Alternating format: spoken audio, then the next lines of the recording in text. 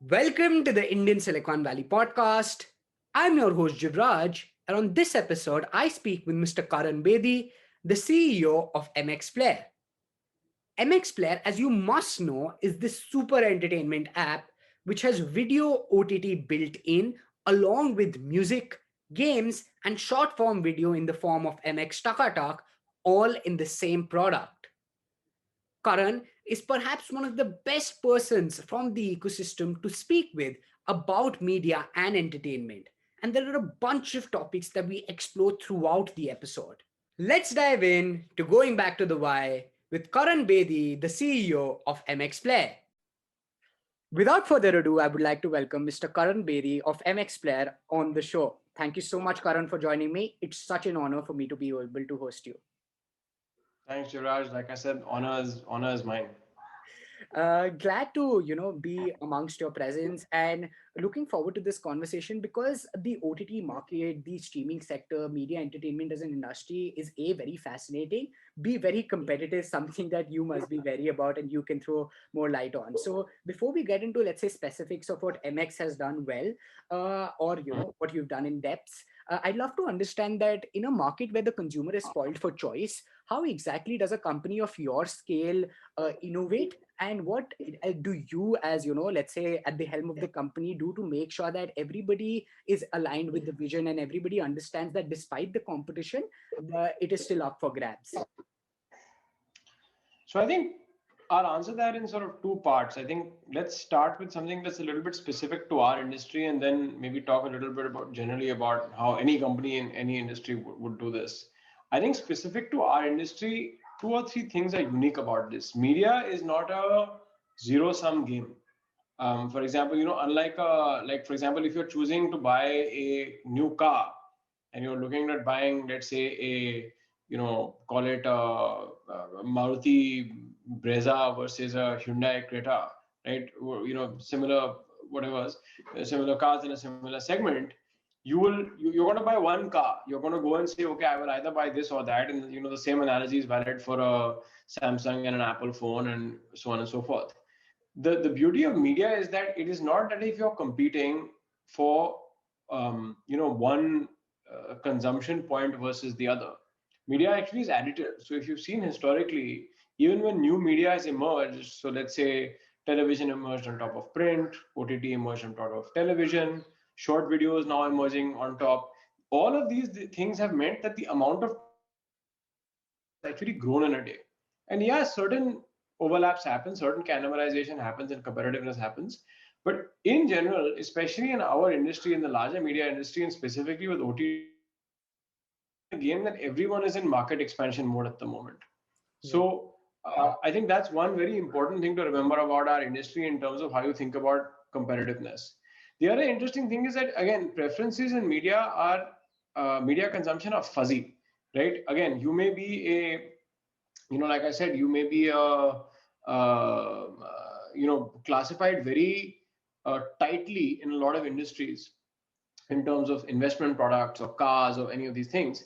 But today, you likely watch high-end English Right. shows as well. You probably watch cheesy Hindi movies. You spend that 15 seconds watching taka videos. You watch, you're not very tightly defined.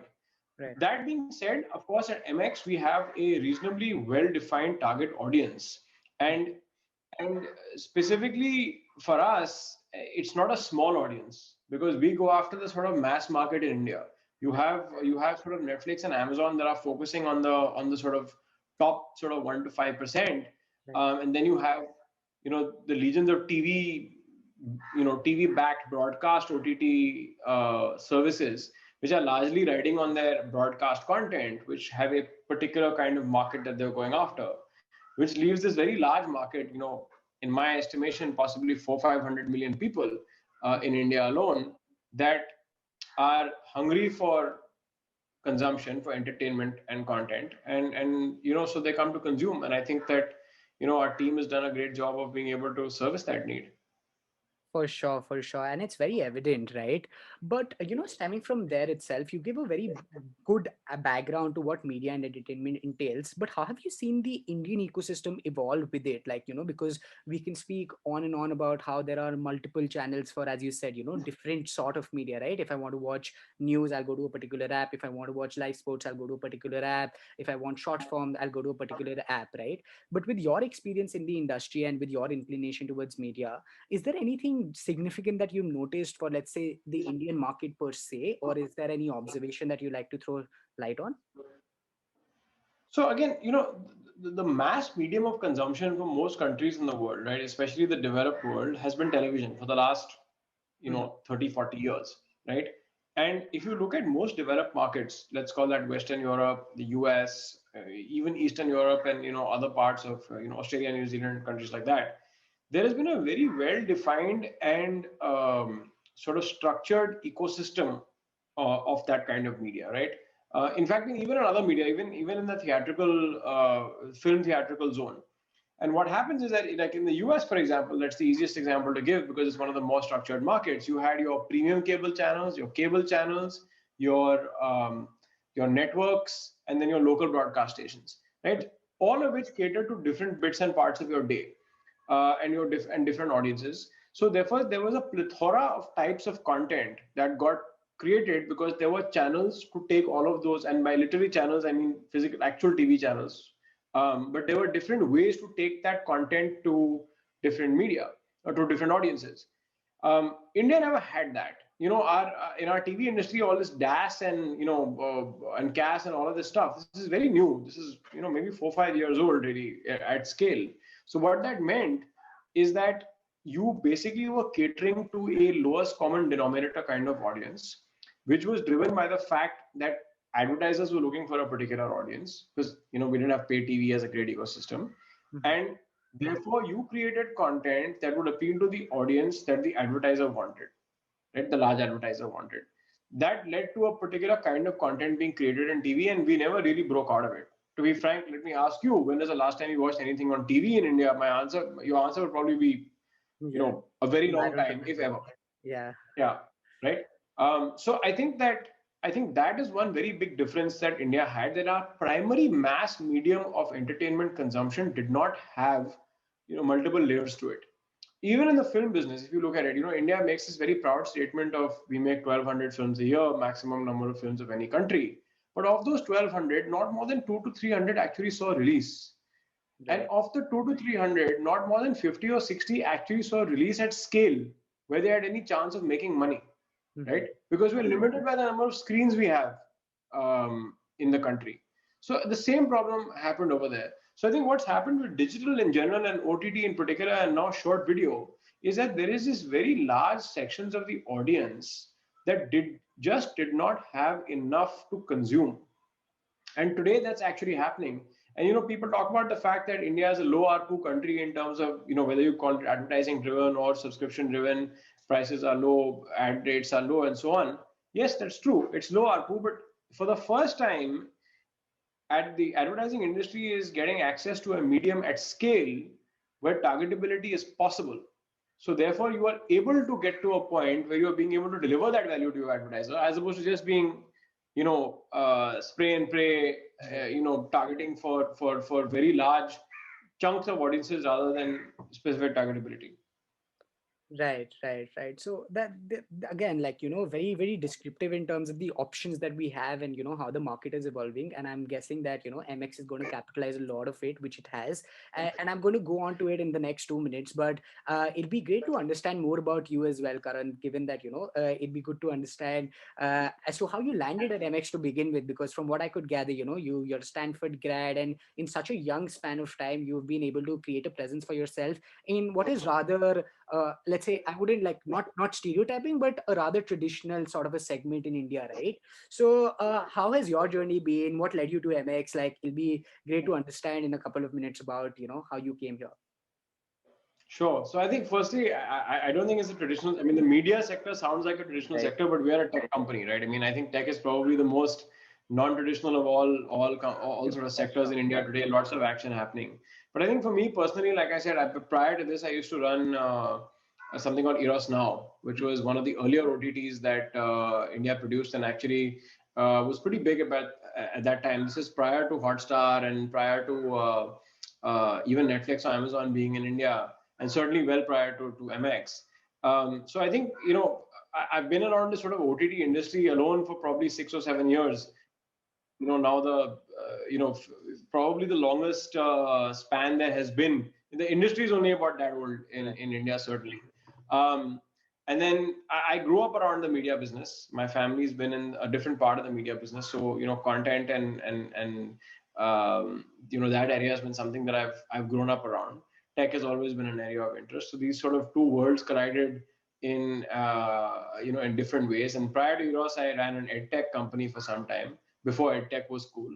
So I ended up at Eros, and then a few years ago, when this MX opportunity started to emerge, it was a interesting thing where we actually. I happened to be in the right place at the right time. I think that we have to hand it over to luck. I happen to know some of the senior management team at the Times Internet level quite well.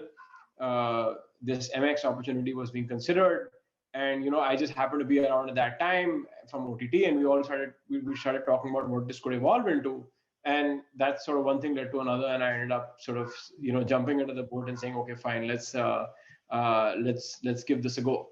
So that's kind of how I ended up at MX, and it's been 4 years now since that first conversation, Nice. and I think Times put in the money into MX later that year, and we got started on this journey. Wow, wow. But it's been such an awesome journey because again, you speak from such experience, but it doesn't seem like so because you come across as so young, but you have such amount of expertise and such depth. Moving from there, and let's dive deeper into some of the great things that MX has done because you've reached like let's say 250 million monthly active users approximately in such small like in the considerable amount of time that other players have not been able to do. But you started off with let's say the advantage of distribution. Have you mentioned this a lot of times, right? So I want to like stemming from there itself, I want you to lay down a pathway for our listeners in terms of how did you look at that advantage per se, what was it to begin with, and then how did you use it to let's say capitalize and recoup the market in a way that built on top of that distribution channel and you then build competitive moats around your business. So would love to hear your opinion on this. So, we are now, if you between MX and Takatak, we are now actually far north of 350 worldwide on monthly active. So it's a very large base. But to go back to that, the thesis when we started looking at this was, okay, you've got this distribution. It was large distribution. We're much larger now, but it was large distribution, saying that these guys are using this app to watch video, right? That was step number one. The second thing was, can we create a experience for these users to be able to watch content that we think that they want, as opposed to just using it as a utility, right? MX was just a way to play back video files that you found yourself from different places. We said, and this was in 2017. This is just after Geo had launched, so there was a sea change. And I think anyone who had been in the digital industry had been sort of waiting for this kind of moment to happen. We all knew that there would be a very marked difference in the level of consumption that happened. I think no one expected the sheer rocket ship that took off in those 3, 4, 5 months in terms of data consumption. But I think that we were all clear that it was going to be large. So that was the bet, saying that, look, we have this very large distribution.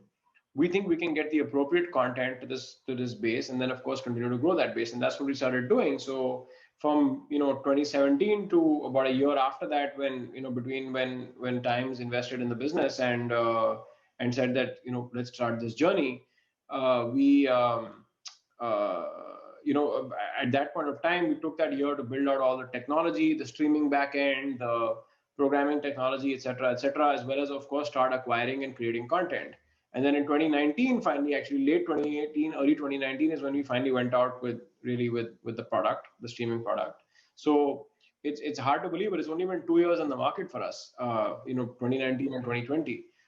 In fact, we will celebrate our sort of 2-year anniversary of our formal launch in February this year. So it's been less than 2 years actually.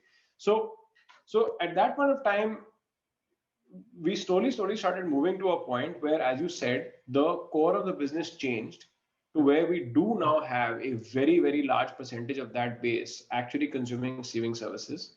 And then, of course, many new audiences that have come on board on the back of the streaming services, right? So we have obviously the core OTT product on video, we have a music streaming service, we have a gaming service, and of course now we have, Taka Tak.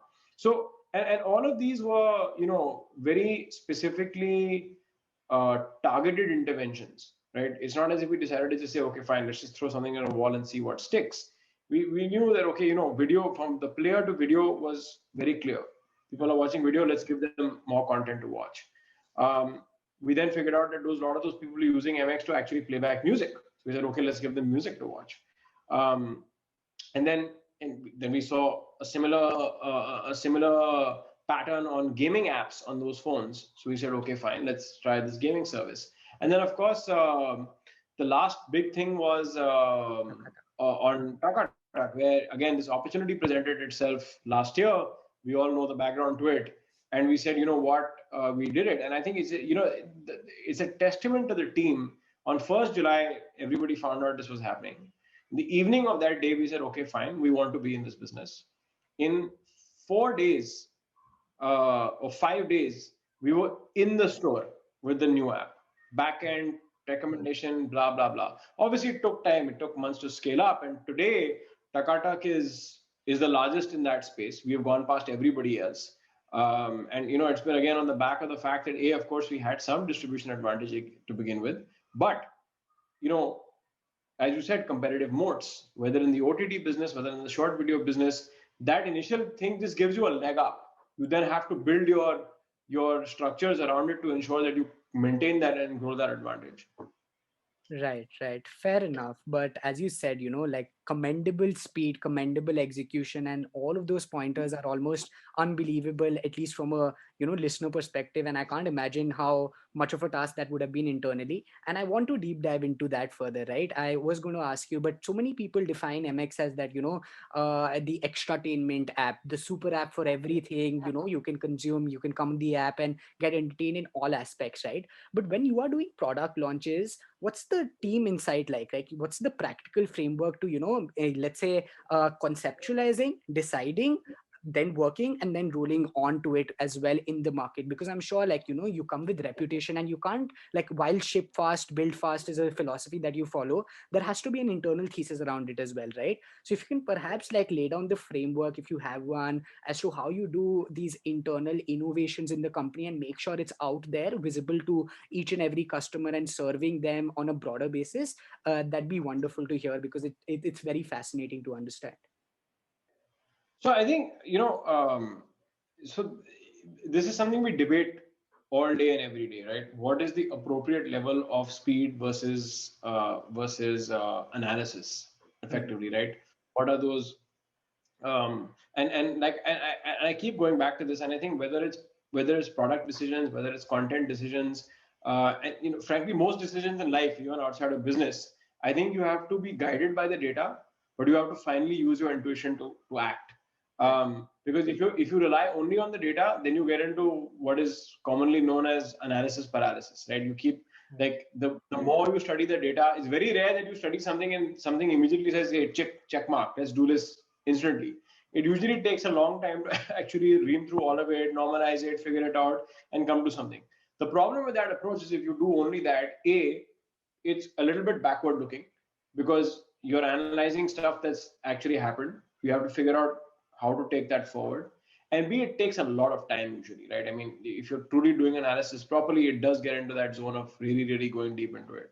So I think you have to use those data sets, and whether that's and for each product is different, right? Different metrics that you measure in terms of how people are behaving, what they're consuming, what they're doing, etc. And those become the initial sort of thoughts of saying, hey, listen, this is seeing this something interesting. Let's see if you want to do something over here and innovate here and create a new product or a new kind of content or whatever. And then you have to act. Then at that point, the acting is where your sort of personal intuition or gut or conviction or whatever you want to call it comes into play, and say, okay, fine, you know what, now I will take this risk and I will do it. And sometimes it's the opposite. Sometimes you have a conviction about something based on internal and external observation of user behavior or general market behavior or whatever it may be, and you want to take a call on it. And then what you do is that you do a quick and dirty, as we call it, sort of deep dive, saying, okay, look, this is my thesis. I want to do this. Is there any data that we can quickly rustle up to prove whether we should or shouldn't? Is this a really bad idea, or is this something we should consider? And so we do that all the time, and there's lots and lots of debates of saying, okay, is this let's wait, no, let's see more data and do this. And sometimes someone's like, no, let's launch now, let's launch now, build fast, ship fast.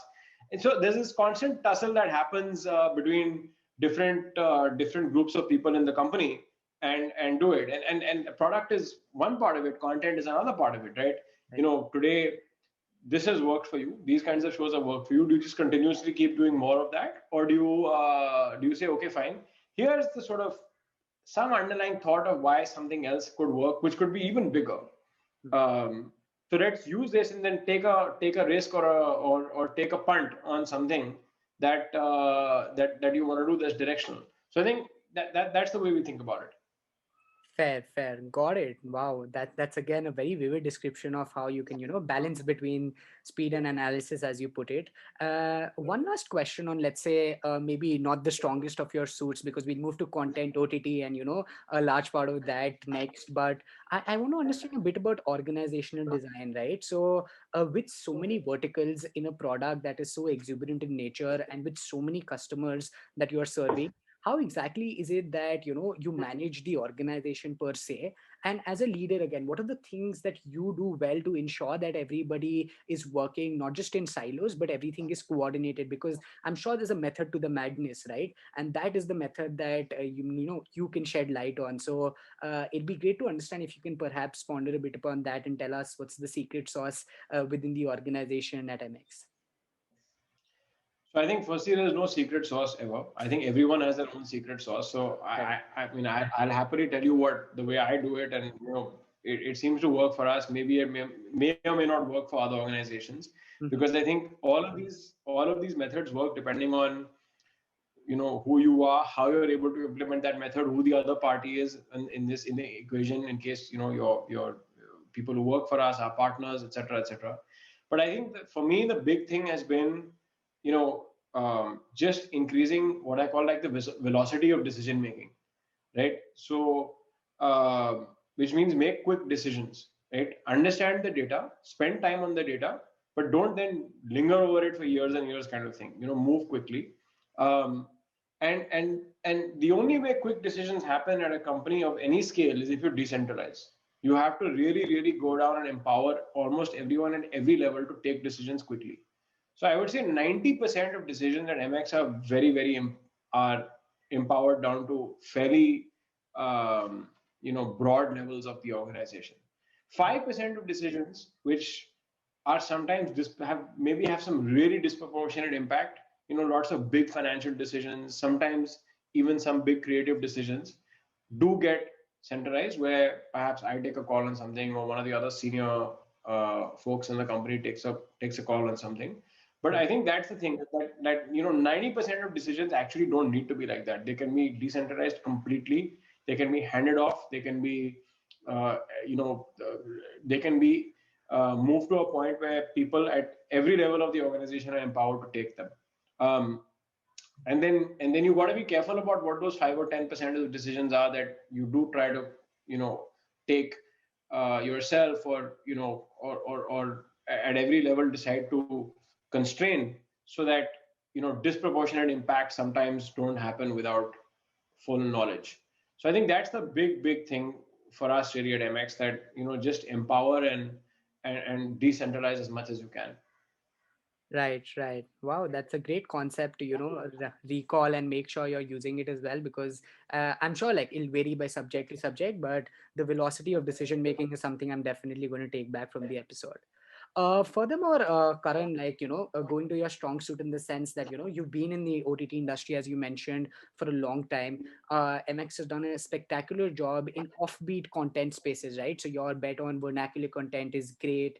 There have been a lot of originals around it. So if you can perhaps give us a background of how MX looks at content in general, and then how do you go about, let's say, either the creative aspect of it in terms of acquisitions of content, or even, while you're making sure originals are being produced, like what's the thesis like, what's the framework like? It'll be interesting to have a deep dive into that. So I think, I would like to say that, regional content in India is not offbeat, right? 45% of the country speaks some Shouldn't different be, I'm languages. guessing. Yeah. Um, but I think the way we look at it is very simple. You've got, like I said, you've got a couple of those services out there which are very specific niche services that tell stories. And it's not just about pricing, right? It's about the stories you tell, the characters you have, the relationships those characters have, the relatability of those situations.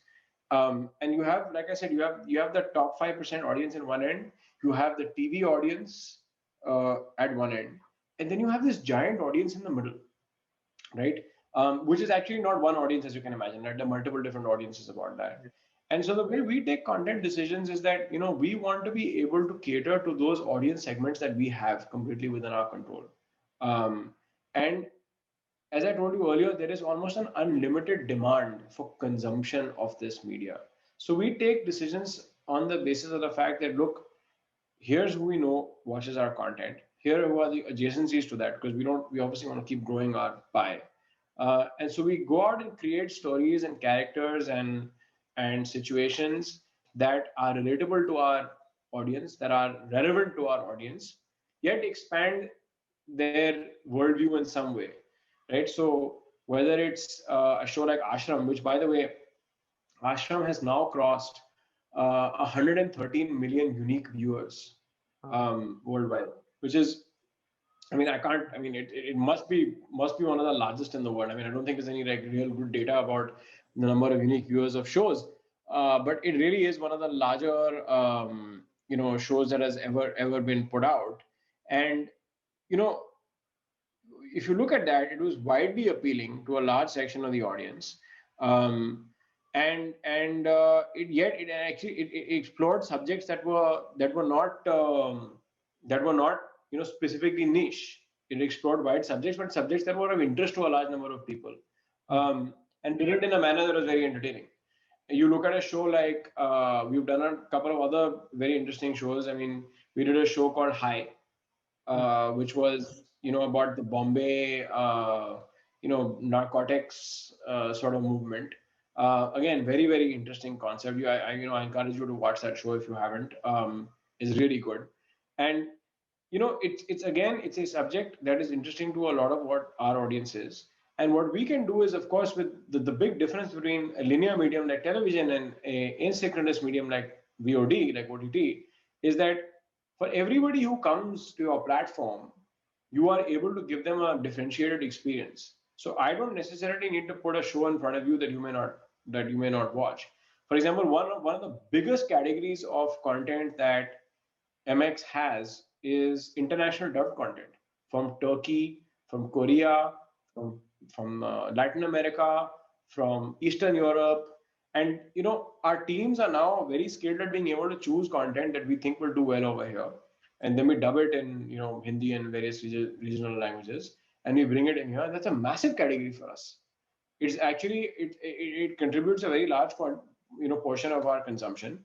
And again, it's a category that basically didn't exist 2 years ago in the market.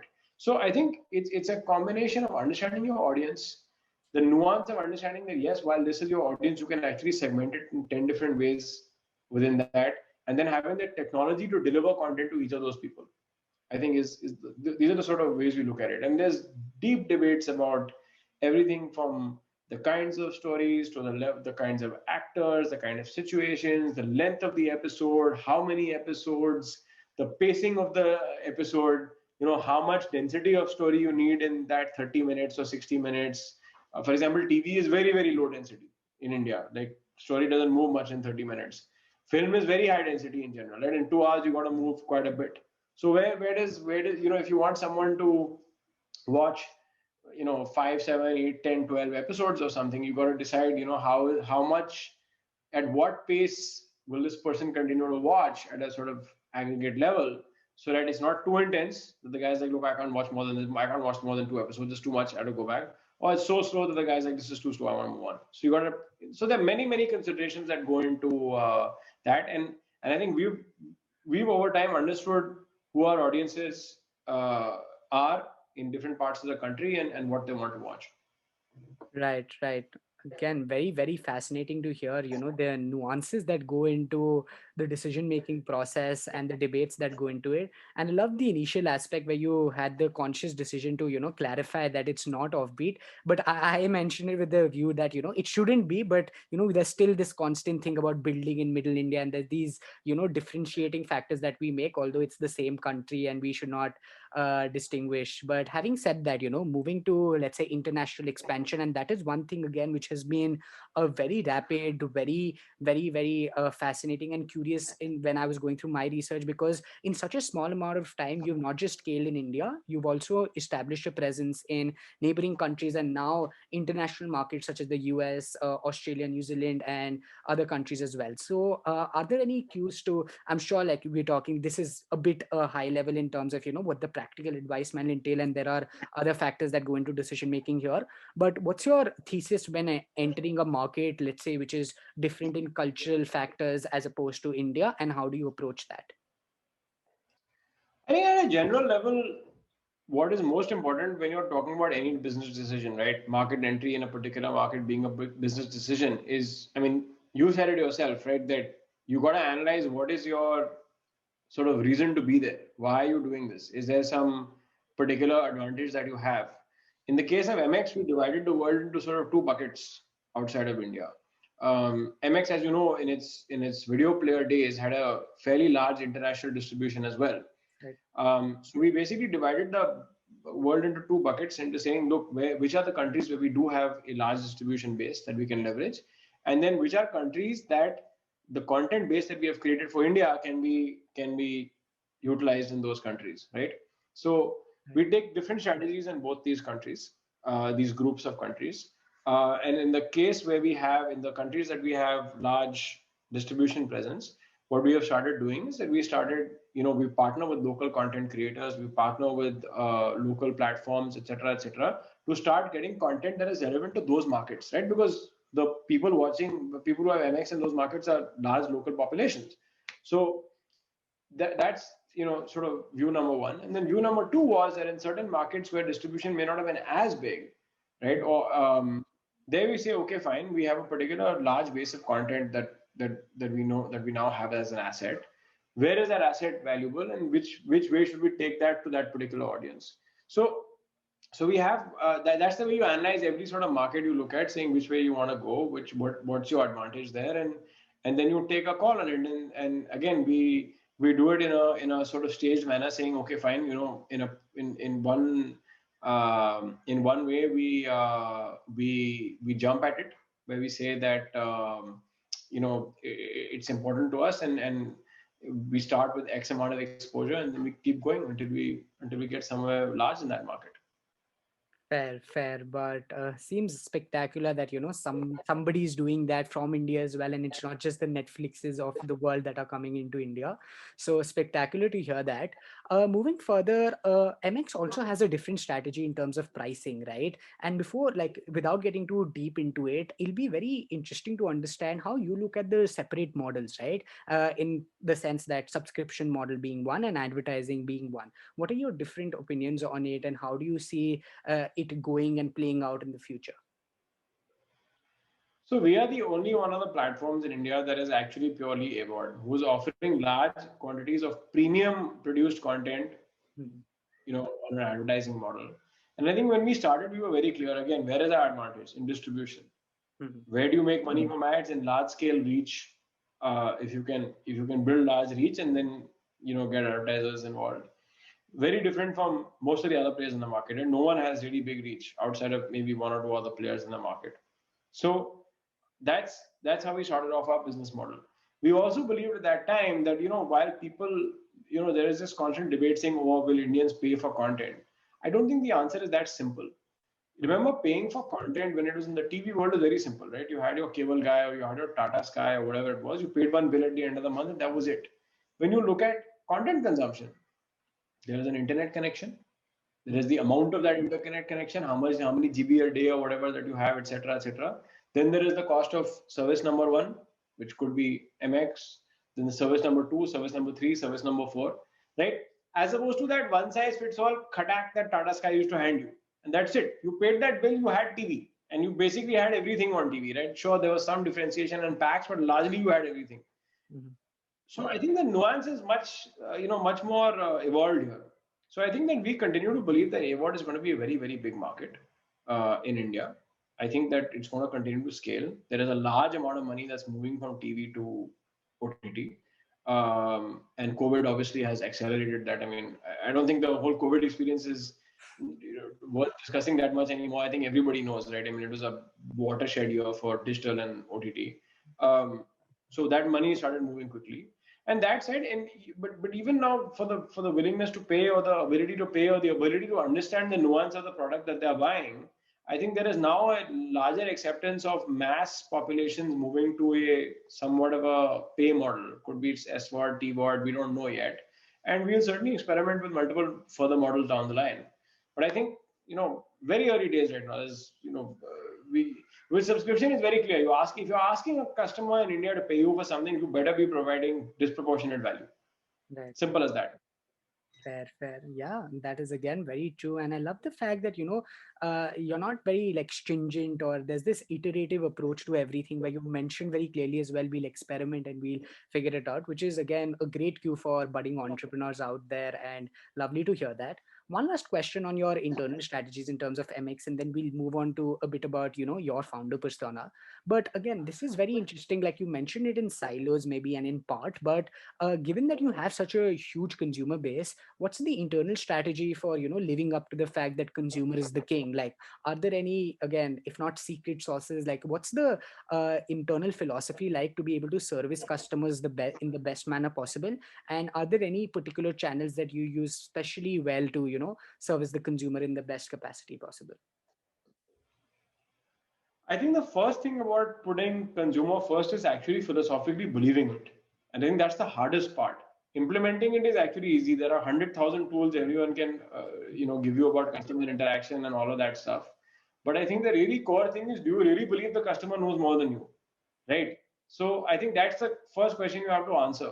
And this is a question you have to answer from a product perspective. Mm-hmm. You have to answer from a content perspective.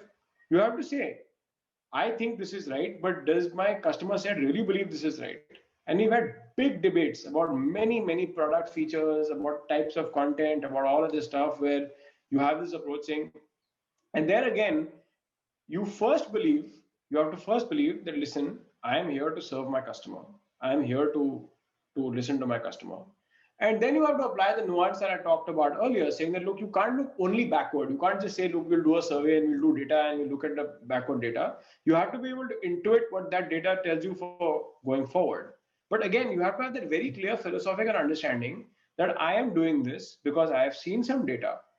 I have a sense of what the customer wants. I am now putting my own thinking into it and saying, this is what I want to do next because I think the customer will want it, right? The next step to that is, if you do it and the customer says no, then please accept that no. Please be very, have the humility to say, my customer has spoken. It's that, it's like that philosophy that, high-end hotels have, right? The customer is always right. So, so I think that clarity, that philosophical clarity has to be there, saying that, yeah, listen, if I'm doing something and my customer is saying no, and the thing in the B2C world is you get feedback so quickly. Within Twitter, Facebook, Play Store reviews, this, that, the other will give you very clear feedback on whether you did the right or wrong thing. So, and then of course, find your own internal data, right? I mean, like, you create something, you put it out there, if it's not being used or it's being used in a way that you didn't expect, It's very clear. It was obviously not the right call. Maybe it was not. Maybe it was the right call, not well implemented. So just iterate. So I think that's it. Philosophically, if you are aligned that the customer is king, then everything else falls into place. Then the tools to do it. I mean, there are hundreds.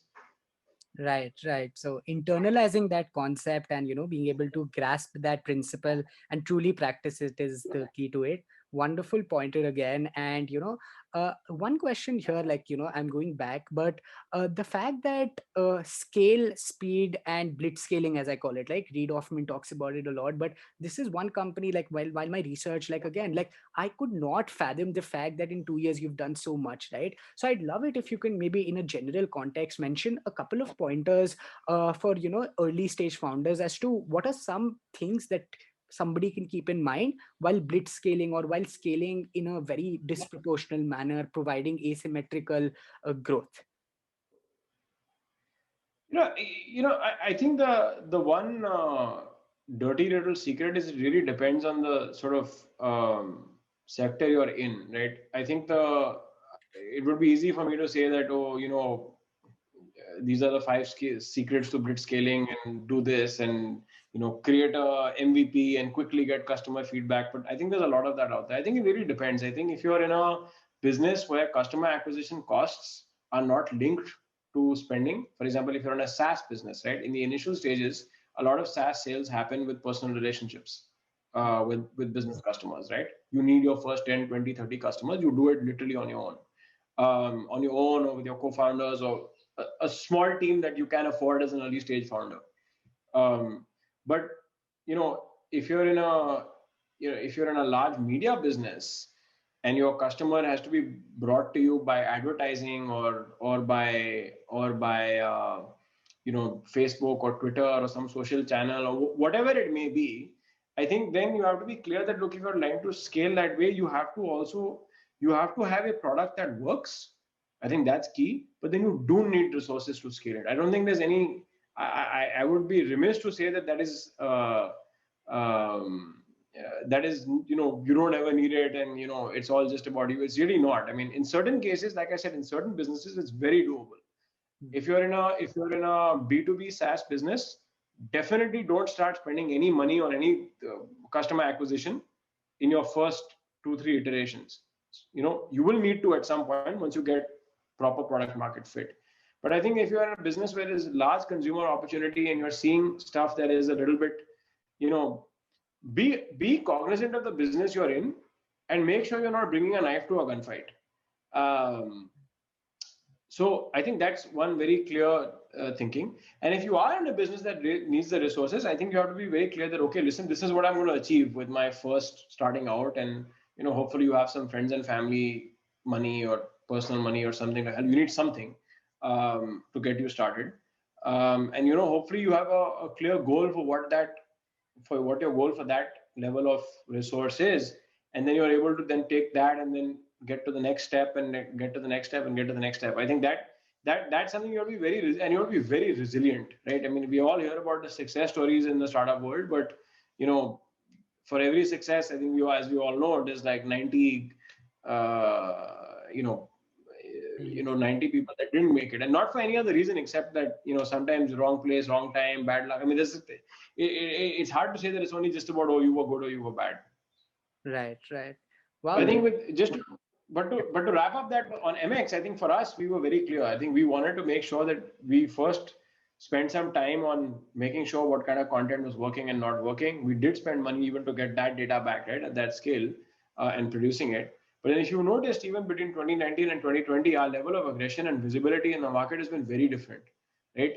We held back until we knew what was working and not working. And once we knew, we just said, Right. start producing at scale and start communicating at scale. So, and that's again, I think the one big thing on blitzscaling is when you do find something that fits, then just Double you down. have to press the accelerator because world moves too fast now. For sure, for sure. Wonderful to hear that, and this has been a great line of answering. And as we wrap up, it'll be interesting to understand. Like I like to call this part, the founder persona, because again, like there's so much to learn from such great folks like yourself, and it'd be great to get a deep dive into, what are some of your mental models or the way you conduct things. It'll be great to understand. So for the first question again, like if it'll be great if you can help us understand how you are at work, what keeps you going, what makes the hustle going, what do you do on the days where things are not in your favor, and those general things. Like if you can give us a quick brief into that, that'd be very interesting. Um, I think first to clarify, I was lucky enough to be the founding CEO of this pivot. I didn't start MX, so in that sense, I'm not a founder.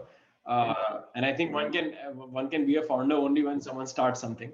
Um, True. but I think that but I think that it's hard for me to try and articulate that, because I think the way I think about my sort of primary mental model that I go back to for everything in life is, first principles thinking. That if you're exploring an idea, you really sort of deep dive into every layer of it and saying why. So everything I hear, my first question is why. And sometimes that's a bit offensive to people, because you're like, oh, people come to you with an idea and expect to not be challenged on it, so to speak. And I think that the one thing I think about is that that it's good to peel the layers of the onion to understand why, and get to some degree of understanding of a first principle of why an idea is useful, right? I think that's one. The second, I think, for me um, is that you always have to have some kind of a roadmap, right? It could be a 1 week roadmap, a 1 month roadmap, or a 1 year roadmap. I personally don't believe in planning out for more than, like I think a year maximum. Unfortunately, in our businesses, things move so quickly that it's hard to say what's going to happen a year from now. I think you've got to have a map, and you've got to have enough flexibility within it to move quickly. For example, if you had asked me this question in January 2020 as to what your roadmap looks like for Jan 2021, Takata won't be in it. Today, it's a massive part of our business. We saw an opportunity, we looked at it, we doubled down. We were lucky we had the resources to be able to explore it. But if we had it, if you would ask me in Jan 2020, we would have been like, yeah, short video is not on our radar. But you have to be very, very quick about what comes to your radar and react to it. So I think plan, but be very flexible with your planning in terms of how you react to things. So I think those are my two big sort of thought processes. Fair, fair. So first principles thinking and agility in the long-term plan, which is like perfect again. Great, great pointers there. Further, I want to ask that again, like if not as a founder, but in most cases you are, like I'd like to believe that as a CEO and as the leader of a company which is moving with such scale, if you had to perhaps define your, let's say, priority list, right? Like when it comes to, let's say, people, consumers, hiring, expansion, scaling, it could be any one of the things that you would probably explain better. But if you had to, because there is so much administrational problems as well, right? There are investors, there's a board, and there's so many different things that are happening, and you have to deal with as a CEO. So if you had to probably give a deep dive into that, how do you prioritize and make sure your eyes on the ball despite everything? How do you do that? That'd be great to hear.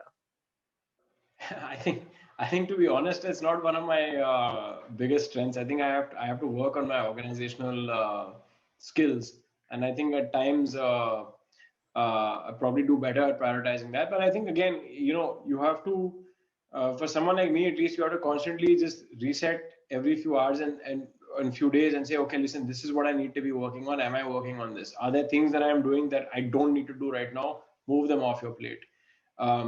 Because even in a regular, we all end up working more than 8 hour days. But if you're putting in 8 actual productive hours in a day, right? Plus, let's call it 1 hour to eat, half an hour plus half an hour, plus there's an hour to exercise, right? That's basically most of your waking day gone, Yeah. right? So I think you have to be very cognizant of what you put into those 8 hours.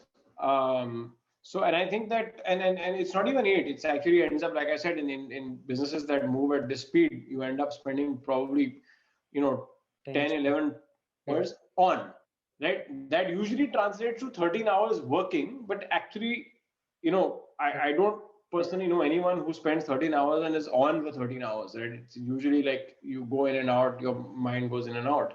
But I think that's the way I think about it. So that every day, at the end of the day, when I or the beginning of the day, when I look at my calendar, I'm like, okay, this is what I need to do. This is what I will move out of the way. And I literally, like, I physically go and I click on that calendar and I click on this and I move it out.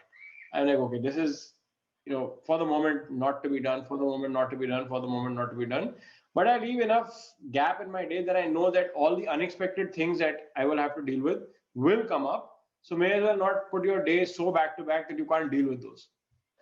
Fair, fair. So time effectiveness and the importance of time, wonderful, and makes me again want to thank you because you've taken this essentially ineffective thing in your calendar and taken out time for it. So kudos to you for being able to express this. No, no, but it actually means a lot and it's going to be very helpful for everybody. My second last question is kind of a favorite, and I like to quote Vinod Khosla because I like, I kind of like admire him a lot. But he talks about leaders having a belief system, right? And the fact that some traditional CEOs don't happen to have so, and you respond on the basis of PR, and there are a lot of things that he mentions. But essentially, what I want to ask you is that, when we talk about belief systems, the things that you truly believe in and practice on a day-to-day basis or on a larger front, disciplines and principles that guide your life, if you have any of those that you'd like to share with us, it'd be really great to hear and maybe take cues from. That's an interesting question. I think that, again, I am someone that is very clear. So one very core belief again is getting to the root of something before doing something. It goes back to that first principles thinking, right? It says that you have to be very clear on what you want, and you have to be clear why, right? As you said, going along with the flow of stuff coming through PR and this that and looking at it and reacting is part of your day. You should react. But I think that my one very important belief is being able to understand why something works in a particular way and then doing it with full conviction, right? I think that's a very core belief. I don't tend to hang on to anything more uh, more broad than that, because I think the world changes so fast that you have to change. And I'm not talking about things that everybody would say, tell the truth, blah blah blah. All of that, integrity is a given. I think in general interactions, not just work. But I think that if you think about it, that first principles thinking, that ability to go behind a problem, or to go behind a situation, or to go behind a request, or to go behind a relationship and understand why, is to me quite important, and I think it's helpful. um, and I think the other thing is that I am personally, um, I have a very deep desire to look forward. I don't look back that often. Um, and I think, again, it's a belief system thing. It's not right or wrong. Some people prefer to do it that way. Some people prefer to do it this way. I generally prefer to look forward. Saying that, you know what, you should understand, you should look back, understand your mistakes, learn from them. But in the event, it's a sort of very optimistic, positive outlook of life, saying that, future is bright, look forward. Right, right. Wow, these are again beautiful pointers because it's great how candid you've been in, mentioning the fact that it's important to know the reasoning behind getting into something and not just doing it, unconsciously maybe, right? So that's been great, and I've learned so much through this episode, and I truly mean it. So for the last question, it's fairly stereotypical, but we've heard so many things from you in the technical sense of it, in the company building sense of it, and in your personal capacity as well. But for the final, question, like if you had to leave a young base, like you're very young yourself, mid 30s, if I'm not wrong, but if you had to say something to the younger generation and give them a couple of lessons to leave with, right? Like these could be general lessons or company building, whatever you deem fit. But it'd be great to have like a couple of lessons before we conclude this. I don't know whether I'm qualified to give lessons really on anything, but I think again it just goes back to my general belief that I think having belief in yourself and being able to look forward is very important, and having the confidence to achieve. So be ambitious, and then have the confidence to get there. You will get knocked down. There will be failures in life. There's no question about that. I think all of us have had them in personal life, professional life, etc. But I think the core of saying that tomorrow will be better than today is a very important belief system in my life. And I think that I think that's what I would encourage everybody, especially entrepreneurs who are getting into something, that optimism is the biggest quality. Optimism and resilience are the biggest qualities I think that an entrepreneur should have. So you should be very clear before you jump into something. Yeah, am I really clear that I am a optimistic person? Because you get hit with a lot of things as an early stage entrepreneur. I've been there. You get hit by a lot of things, and it's very important to be able to look forward, because it also gives you the ability to just continue, from a coming back from this broad thing to a very specific small early stage company kind of look. You need that resilience to be able to continue going, right? You have to keep going when you are seeing failure around you. You have to be very, you have to be uh, you have to have that sort of fortitude to move forward, big or small. Like, trust me, we all, I mean, it's been an hour. We've talked about a lot of the fun things at MX. There's a million things that didn't go right that we also need to move forward past. Fair, fair. So resilience and optimism. Wow, those are again amazing points. Thank you so much, Karan, for your time. This has been such an honor and privilege for me to be able to speak to you. Some great pointers mentioned, and this has been an hour well spent for me at least, and I'm sure it's going to be helpful for a lot of other people. Thank you so, so much for your presence. Thank you. Thanks, Raj. Bye. Uh, Wow, that was amazing. I absolutely loved the insights from Karan, and majorly the focus on going back to the why and questioning everything. I think that's my biggest takeaway from the episode. I hope you enjoyed the episode as much as I did, and if you did, do not forget to subscribe to the channel for more such episodes week after week exclusively on the Indian Silicon Valley. And do not forget to press the bell icon. I will see you again with another episode. Till then, stay tuned and keep building.